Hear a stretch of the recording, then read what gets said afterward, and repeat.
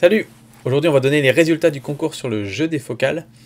Et puis on va analyser un petit peu les photos pour voir justement comment on aurait pu deviner quelles étaient les focales utilisées.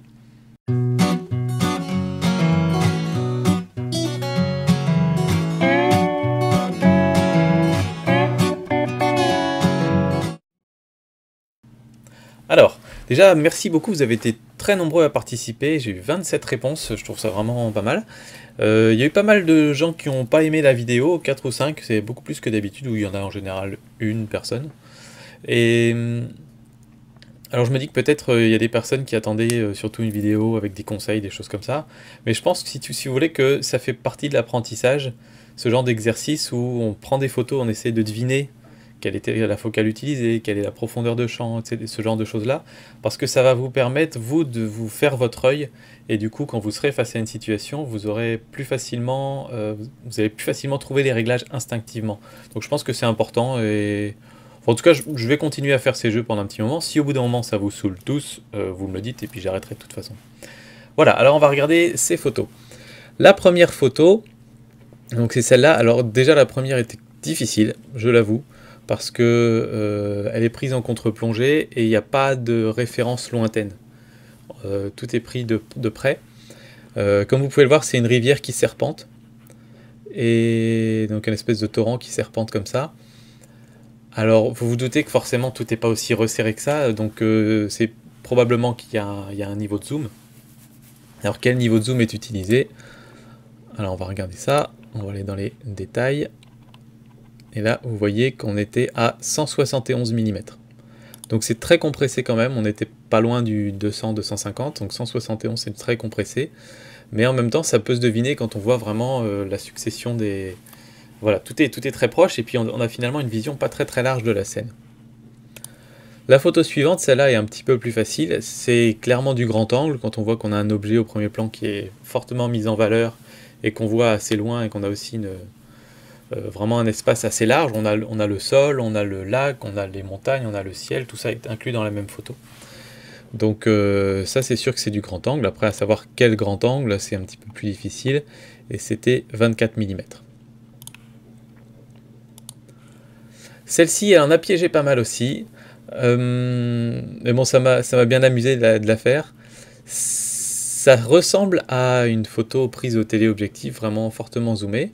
Le truc, c'est que cette montagne était vraiment pas très loin derrière les maisons. Et voilà, donc on a l'impression que c'est fortement compressé, alors qu'en réalité, c'est pas si compressé que ça.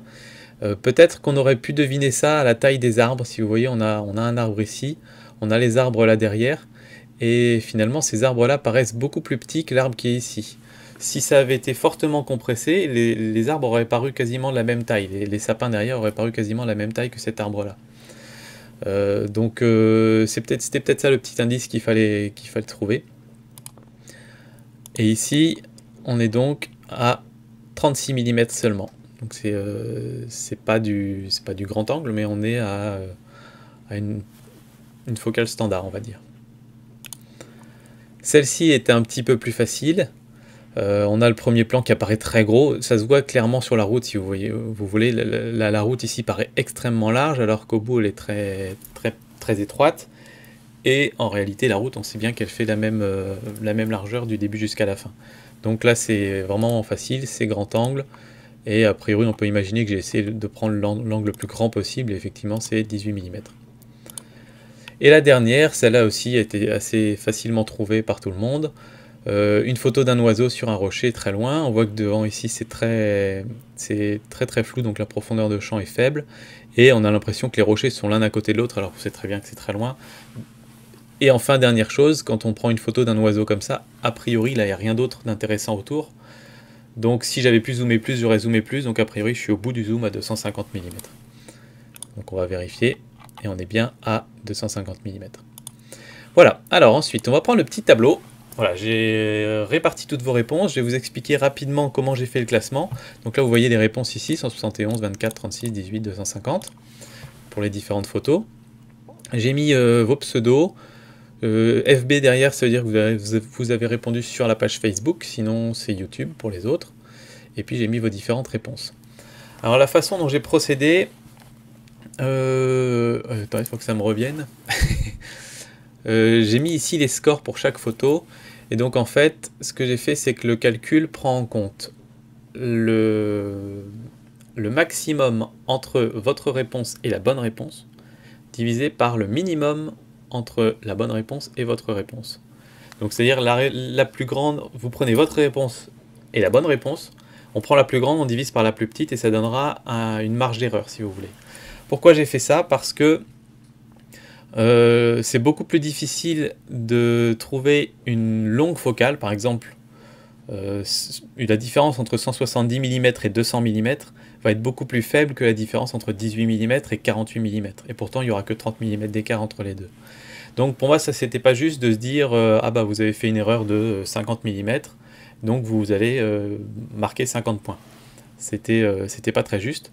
Et donc il fallait que je trouve une combinaison pour pouvoir réussir à prendre ça en compte. Et donc ça c'est la bonne combinaison qui je trouve fonctionne bien.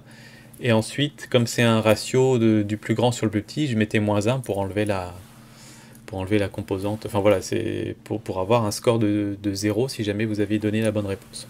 Et donc plus votre score est grand, plus vous êtes loin de la bonne réponse. Voilà.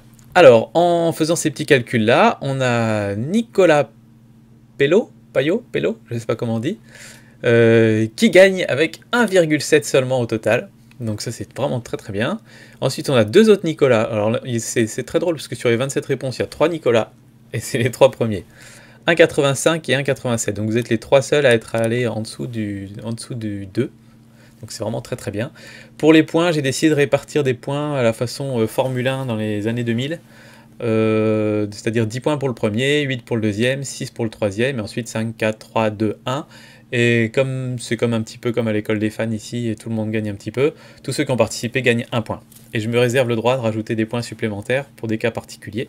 Ce que j'ai fait cette fois-ci pour Alexandre Pierre, parce que je ne sais pas ce qu'il a foutu, mais les réponses étaient vraiment super bonnes, c'est-à-dire la première c'était 171, il a mis 200, la deuxième c'était 24, il a tapé pile dans le mille 24, la quatrième c'était 18, il a mis 18, la cinquième c'était 250, il a mis 250, et la troisième c'était 36, il a mis 250. Donc je sais que c'est injuste, que c'est dégueulasse et tout ça, mais je m'en fous, c'est mon jeu, je fais comme je veux. Voilà, s'il avait pas eu cette énorme erreur sur la troisième, il aurait gagné le concours haut la main parce qu'il avait 0,17 au total sur les 4 autres photos. Et là, c'est que ça l'a complètement pénalisé. Donc j'ai décidé de lui rajouter un petit point. Voilà, c'est comme ça. Bah voilà, on peut voir aussi, ici j'ai fait la somme des taux d'erreur de chaque photo. Et on peut voir effectivement qu'il y a eu beaucoup d'erreurs sur la troisième et sur la première. C'est vraiment les deux photos qui ont été un petit peu piégeuses. Mais en même temps, bon, c'est un bon exercice, c'est ça le but du jeu aussi. Enfin voilà, j'espère que ça vous a bien amusé. Moi, je me suis bien amusé aussi à faire ça.